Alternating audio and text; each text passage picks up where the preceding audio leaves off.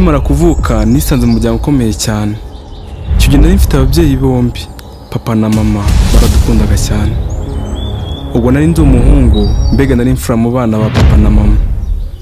Papa yari umugabo ukomeye cyane ku buryo ntacyo twaburaga mu muryango wacu. Maze kugeza imyaka 7, murumuna wanjye akaba na mushiki wanjye Nkusi yaravutse.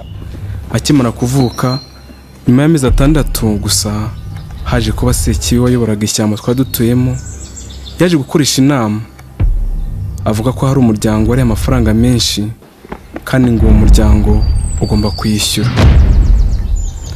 Nuko Sekibi yatanzeho papa wanjye igitambo nibwo yitabye Imana.